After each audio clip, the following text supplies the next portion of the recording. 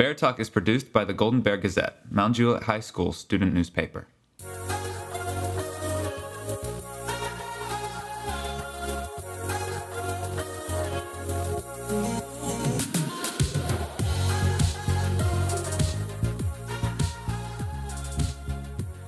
Hey everyone, welcome back to Bear Talk. I'm your host Everett. And I'm your co-host today, Mr. Judkins. Hi, I'm Kimberly. In today's episode, we will be interviewing Kim for some tech tips.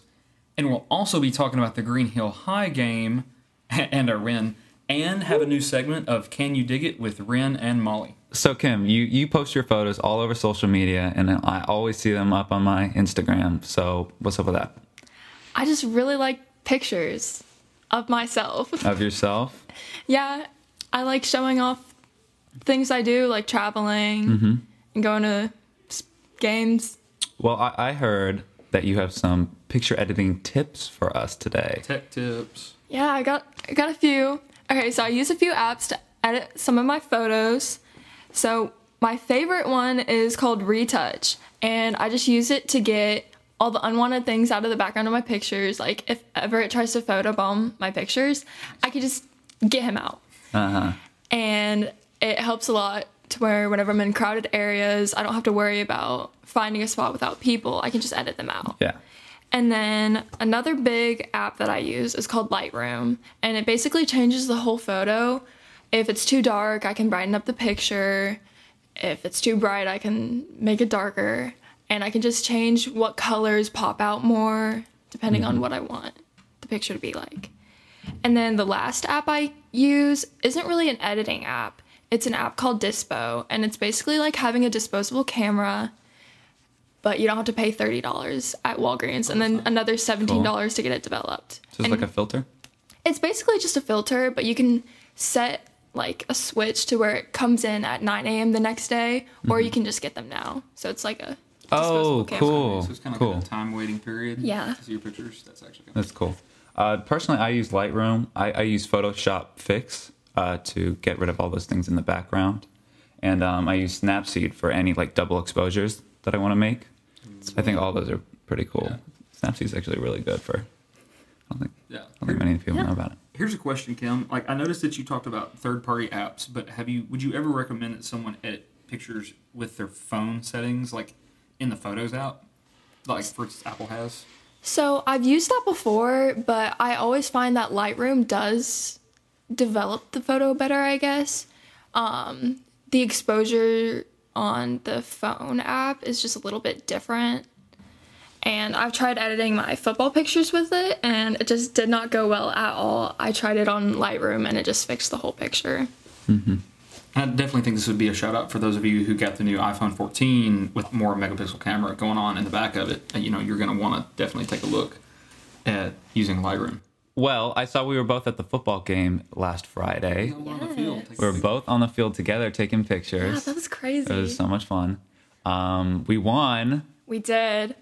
So happy. Actually, for the first time ever, Everett Ackley smiled at me. I did. When we saw we won, Everett looked at me, smiled, and gave me a high five. I was very happy. I was very happy. Yeah, I had to be in a really good mood for that. And the student section was like very happy the entire game. I mean, between the Sweet Caroline singing, the chanting. I noticed that, Green Hill's student section got pretty quiet after the first quarter. And ours, that's when we ramped up and we delivered like the rest of the game. And when some students told me they've never experienced as much bear pride their entire high school years as they did that night in the student section. I was screaming bear pride from the sidelines. It was packed, for sure. It was a great game. I honestly think the Green Hill student section got quiet after our first touchdown after 15 seconds. Yeah. Oh my goodness. Shout out to CZ. Yeah, and they were calling him underrated. Overrated, not underrated. Walter Bowers really provided a lot of blockage to make that possible for CZ to be able to run that right after our the first kickoff. That was awesome. A lot of good stuff.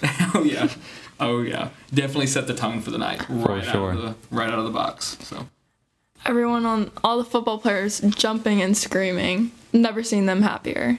And I love that we won the Mayor's Cup. Yep. That was a really cool. Did you know that was the mayor?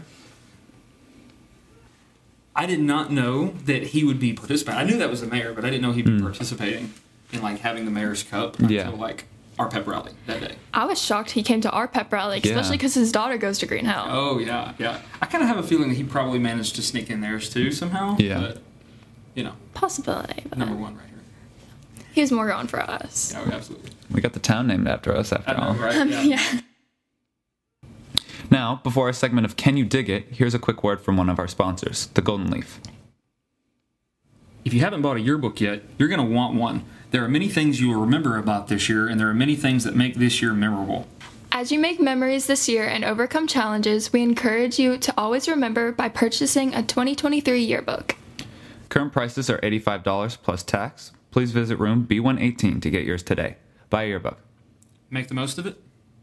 Remember all of it. The Golden Leaf.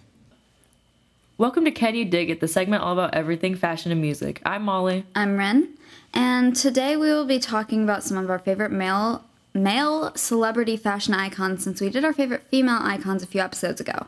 Last time I did Priscilla Presley, so I think it's only fair that I do her husband, Elvis Presley, this time.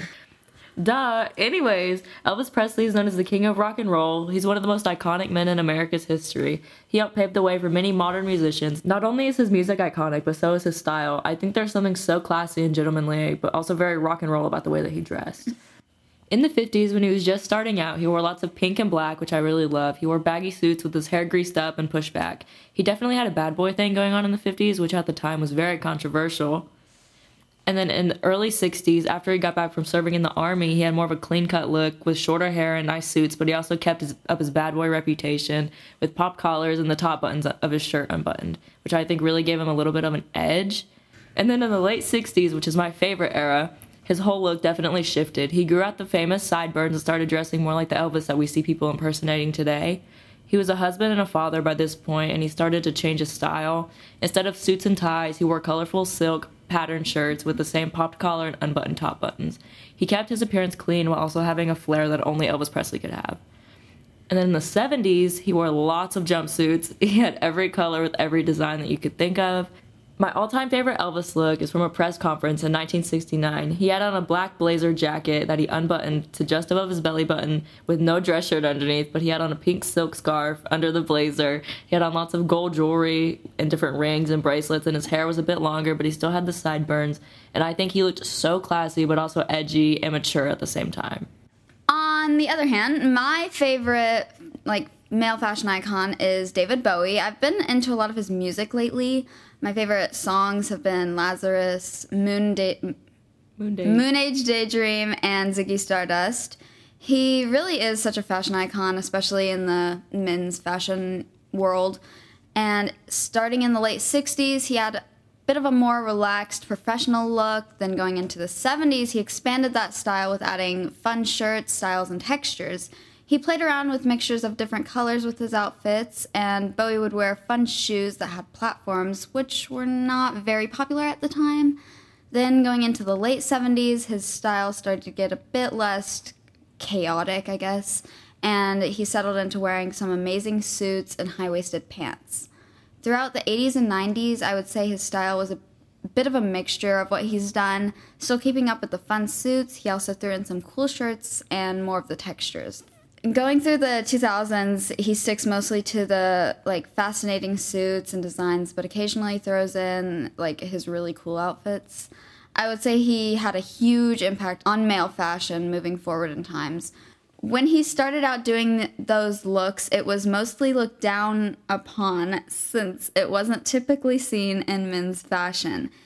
Bottom line is, I love David Bowie and his music, and his fashion sense was one of the best parts about him, and I believe he left a big impact. Before we drop our next episode, be sure to go to our Instagram, @MJ_BearTalk, and give us a follow. If you would like to leave a news tip, or would like to hear us feature a specific topic, please leave us a quick note in our Dropbox outside B118. Here are a few notices before we catch you on our next episode. MJHS Latin Club will have a spirit night at Slim Chickens tonight from 4 to 9. Be sure to mention MJHS Latin Club when ordering and save your receipt, write your name on it, and turn it into B118 on Friday, tomorrow, to have a chance to win a free Slim Chickens gift card. And tomorrow, we host Lincoln County in the first round of playoffs, and it's a home game. The dance team went to their first regional competition this past weekend. They got 3rd in hip hop and 3rd in Spirit Showdown. This was a big win for the first-time competitors. They will be traveling to Louisville, Kentucky for their next competition on November 12th. HOSA is also selling bundt cakes. Please see a HOSA member or a health science teacher for more information. Varieties include chocolate chip, white chocolate raspberry, red velvet, lemon, and more. I know, right? Seniors, our graduation date has officially been announced, and it is May 19th, 2023 at 7 p.m. in the Murphy Center at MTSU. Woo! Yay! How many days now? I think there's a countdown. Too Is there a many. countdown yet? Too many. Where y'all start Too countdown many. so you can Yeah. All right. Well, I guess that's all we have for you this week, Bears. Keep it classy, MJ, and Have a very great day.